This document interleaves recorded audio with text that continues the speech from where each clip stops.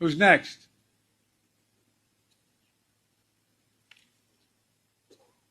Distinguished guests, the Prime Minister of the Republic of India. Biden एक बार फिर उलझन का शिकार हो गए। अमेरिकी सदर जो बाइडेन की हर बात भूलने की आदत थम न सकी। जो बाइडेन स्टेज पर भारतीय वज़ीर-ए-आज़म नरेंद्र मोदी का तारुफ कराना ही भूल गए। बाइडेन ने अपना भाषण पूरा किया और इसके बाद उन्हें शायद ये बात नहीं पता थी कि अगला मेहमान कौन होगा जो उनके बाद बोलेगा। तो ये मेरे ख्याल में एक बहुत बड़ी ह्यूमिलिएशन है, लेकिन उस ह्यूमिलिएशन के बावजूद हमने देखा कि जो नरेंद्र मोदी हैं वो जब मिलने गए जो बाइडेन से, तो वहाँ पर एज यूजुअल उन्होंने उनको जप्फी डाली और पब्लिकली तो सब अच्छा शो करने की कोशिश की। बाइडेन और मोदी की जो आखिरी स्टेटमेंट है, अगर आप उसको पढ़ें, वो कोई 12 सफ़े की आई थिंक वो स्टेटमेंट है, अगर आप उसको पढ़ें वो लगता है कोई नेटो पार्टनर की भी उतनी depth of everything, technology, spacecraft, this that the other, नहीं मिलेगी। कहने को तो भारत और अमेरिका दोनों इत्तेहादी हैं और उनके इत्तेहाद की सबसे बड़ी वजह ऑफ कोर्स कि चीन को कैसे काउंटर करना है। बड़ी तारीफ करी जो बाइडेन ने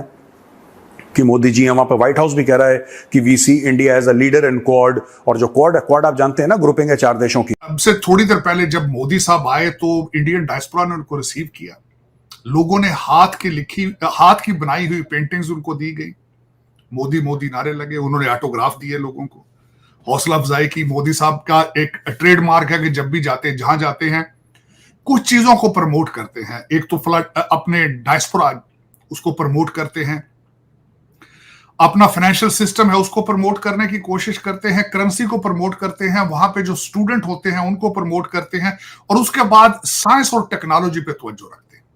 मैं इस दफा उनका ये स्केड्यूल भी देखना चाहूंगा, बल्कि क्वाड से आपने जिस तरह फरमाया है, ऑस्ट्रेलियन एंथनी एल्बनीज और किशिदा फोमियो के साथ उनकी मीटिंग्स हैं, जापानीज।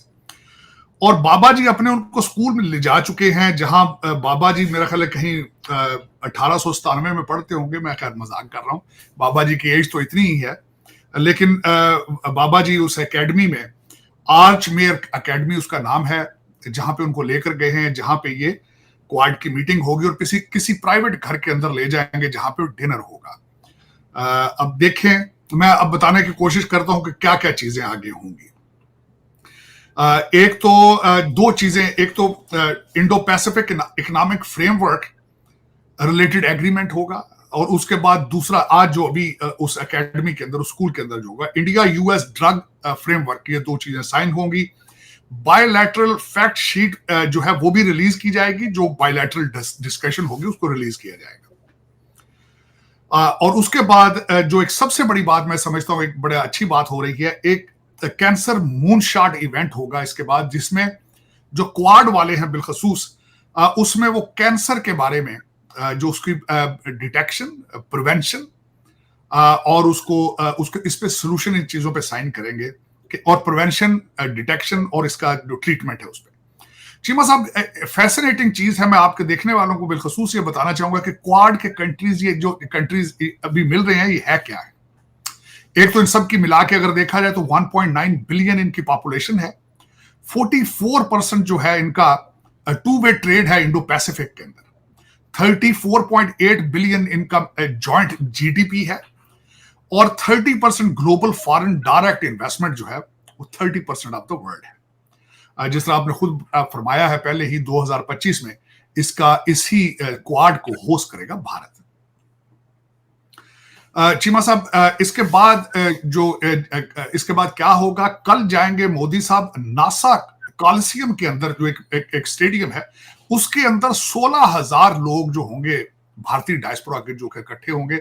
उसके बाद चीमा साहब क्या होगा, एक बिजनेस राउंड टेबल जो है वो सीईओज उसके ऊपर बैठेंगे, उसमें करेंगे, और खासकर जो उस पर जो नोट करने वाली बात है, सिर्फ उस पर कटिंग एज टेक्नोलॉजी को डिस्कस किया जाएगा, आर्टिफिशियल इंटेलिजेंस को, क्वांटम कंप्यूटिंग को, और सेमी कंडक्टर के जो बड़ी बड़ी कंपनियों के सीईओज हैं वो इकट्ठे होंगे, उसको मिलेंगे।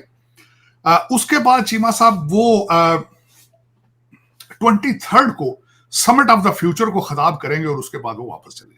मोदी से मुझे 1000 इख्तलाफात हैं, लेकिन इसके बावजूद वो इंडियन कौम का नुमाइंदा है, क्योंकि वो वहां की कौम ने उसे इलेक्ट किया है।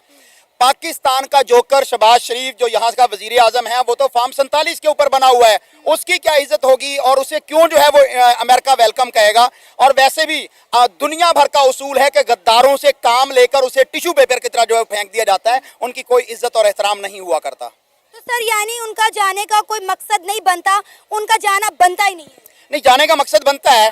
लंदन में अपने जो फ्लैट है उनकी भी देखभाल करनी है, वहां पर भी उनका जो है वो क़याम होगा।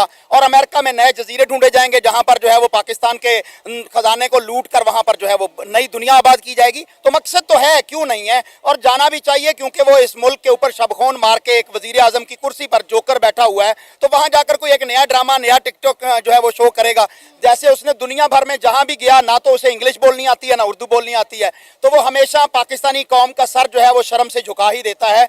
मोदी का और शहबाज शरीफ का मुकाबला कोई नहीं, क्योंकि मोदी नवाज शरीफ के दौर में पाकिस्तान के अंदर बगैर वीजे के नवाज शरीफ ने उसे, शहबाज शरीफ के भाई ने पाक सरजमीन पर बुलाया था, पाकिस्तानियों के हेलीकॉप्टर में मोदी को बिठाया था, जो दुनिया के SOPs के खिलाफ है। तो ये तो उनके यार हैं, शायद वहां पर जा रहा हो कि आप जो है पाकिस्तान, इमरान खान से मेरी जान छुड़ा दो, इसलिए भी जा रहा होगा। आखिरी दम तक लड़ेंगे। ऊपर अगर दज्जाल की ये कुव्वतें इस कुव्वतों के साथ मौजूद हैं, तो जमीन पे अल्लाह की फोर्सेस जो हैं वो अल्लाह की ताकत के साथ, ईमान के जज्बे के साथ अपनी लाशें लेके खड़े हुए, दे रहे हैं, लड़ रहे हैं। मसला तो ये है कि आपको मैं आज बताता चलूं, अगर पाकिस्तानी इस अल्लाह के घर की आज़ादी की जंग के अंदर आवाज उठा देते, खुदा की कसम खुदा को इन पे बरकतें नाजिल करनी पड़ जाती। खुदा ने आपकी जुबानों पे अपने घर की आवाज इसलिए नहीं रखी कि आप पे बरकतें तमाम है, पाकिस्तानियों पे खास तौर पे क्यों ना हो।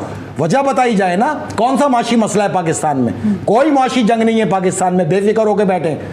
मैं पाकिस्तान में मईशत को किसी सूरत पहले नंबर पे नहीं लाता। पाकिस्तान में पहले नंबर पे जंग है जो कि ख्वारजियत से है। पीएम नरेंद्र मोदी इस वक्त अमेरिका में मौजूद है, जहां खुद अमेरिकन प्रेसिडेंट जो बाइडेन ने अपने घर में उनका स्वागत किया। हम सबको पता है कि जल्द यूएस में इलेक्शन होने वाले हैं और इस बार क्वाड की समिट भारत होस्ट करने वाला था, लेकिन जो बाइडेन के रिक्वेस्ट पर भारत ने क्वाड समिट यूएसए को होस्ट करने दिया। लेकिन आज सोशल मीडिया में जो बाइडेन की एक वीडियो बहुत ज़्यादा वायरल है, जहां एक प्रेस कॉन्फ्रेंस में अमेरिकी प्रेसिडेंट स्पीच देते वक्त पीएम मोदी को स्टेज में बुलाना भूल गए। लेकिन जैसे ही पीएम मोदी को ये समझ आया कि बाइडेन उनका नाम लेना भूल गए, तो वो खुद अपने चेयर से उठकर उनके पास चले गए। पहले भी हमने कई बार देखा है कि जो बाइडेन किसी इवेंट के दौरान या तो स्पीच भूल जाते हैं या कभी चेयर से गिर जाते हैं, और आज भी कुछ ऐसा ही हुआ। लेकिन पीएम मोदी ने बहुत ही समझदारी से ये सिचुएशन को संभाला और अमेरिकन प्रेसिडेंट की इज्जत बचा ली। पीएम मोदी ने पहले क्वाड समिट में अमेरिकी प्रेसिडेंट जो बाइडेन से मुलाकात की, जहां बाइडेन ने अपने आवास पर मोदी का स्वागत किया। दोनों नेताओं ने मिलते ही एक दूसरे को गले लगाया। इसके बाद बाइडेन ने पीएम मोदी का हाथ थामा और उनको अपने घर के भीतर लेकर आए। प्राइम मिनिस्टर मोदी ने अपने शानदार स्वागत के लिए प्रेसिडेंट जो बाइडेन का शुक्रिया अदा किया।